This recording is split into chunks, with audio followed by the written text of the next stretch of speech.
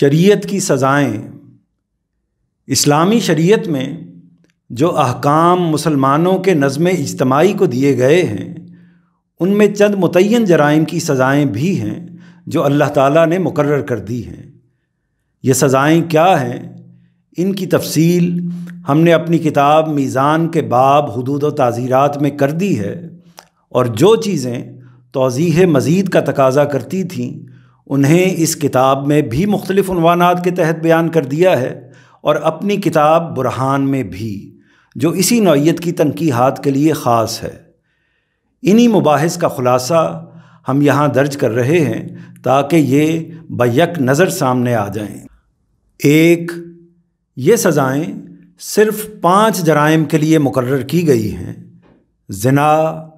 قذف، چوری، قتل و جراحت اور فساد فی الارض۔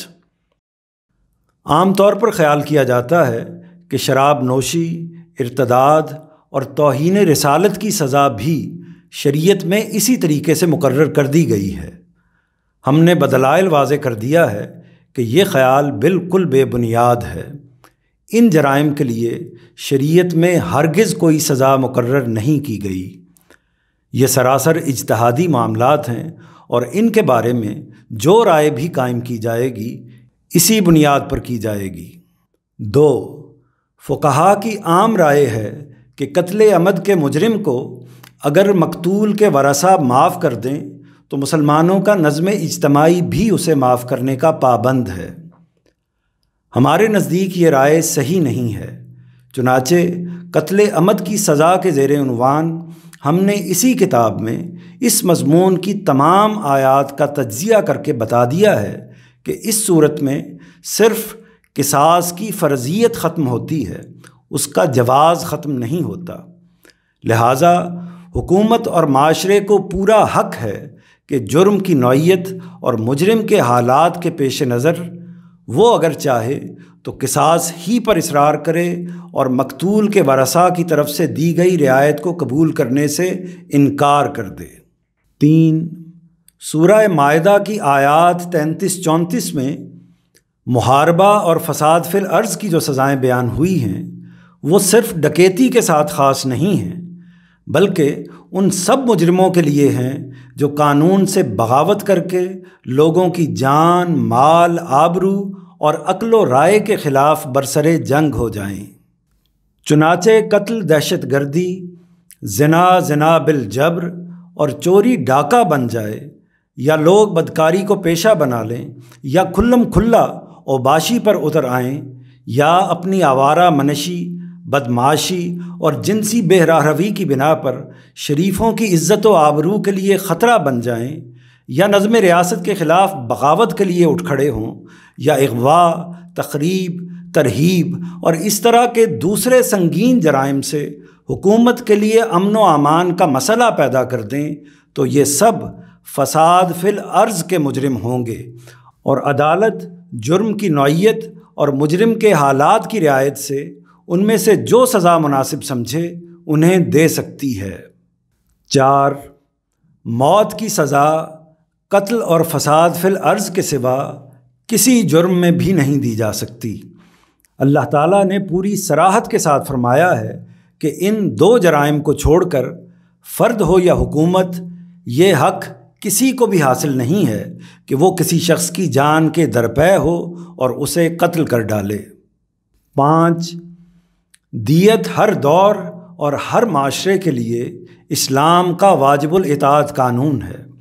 لیکن اس کی مقدار، نوعیت اور دوسرے تمام امور میں قرآن کا حکم یہی ہے کہ معروف یعنی معاشرے کے دستور اور رواج کی پیروی کی جائے گی۔ اس حکم کے مطابق ہر معاشرہ اپنے ہی معروف کا پابند ہے۔ ہمارے معاشرے میں دیت کا کوئی قانون چونکہ پہلے سے موجود نہیں ہے، اس وجہ سے ارباب حل و عقد کا اختیار ہے کہ چاہیں تو اس معاملے میں عرب کے دستور کو برقرار رکھیں، اور چاہیں تو اپنے حالات اور مصالح کے لحاظ سے کوئی دوسری صورت تجویز کر لیں۔ اسلام اور اسلامی شریعت کی روح سے اس پر ہرگز کوئی اعتراض نہیں کیا جا سکتا۔ 6، زانی اور زانیہ کنوارے ہوں یا شادی شدہ، زنا کی شرعی سزا وہی 100 کوڑے ہے جو قرآن مجید کی سورہ نور میں بیان ہوئی ہے۔ اس میں شبہ نہیں کہ نبی صلی اللہ علیہ وسلم نے اپنے زمانے میں زنا کے بعض مجرموں کو رجم یعنی سنگساری کی سزا بھی دی تھی،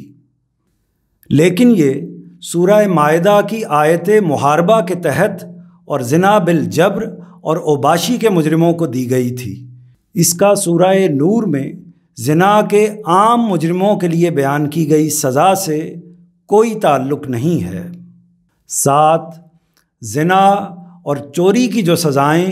قرآن میں بیان ہوئی ہیں وہ ان جرائم کی انتہائی سزائیں ہیں اور صرف انہی مجرموں کو دی جائیں گی جن سے جرم بالکل آخری درجے میں سرزد ہو جائے اور اپنے حالات کے لحاظ سے وہ کسی رعایت کے مستحق نہ ہوں۔ ان میں اہم ترین چیز ان کا دینی شعور ہے۔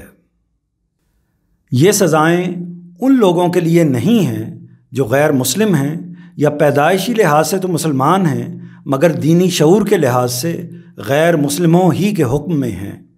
اس لیے کہ ان سزاؤں سے مقصود محض جرم کا استئصال نہیں ہے بلکہ ان مجرموں کو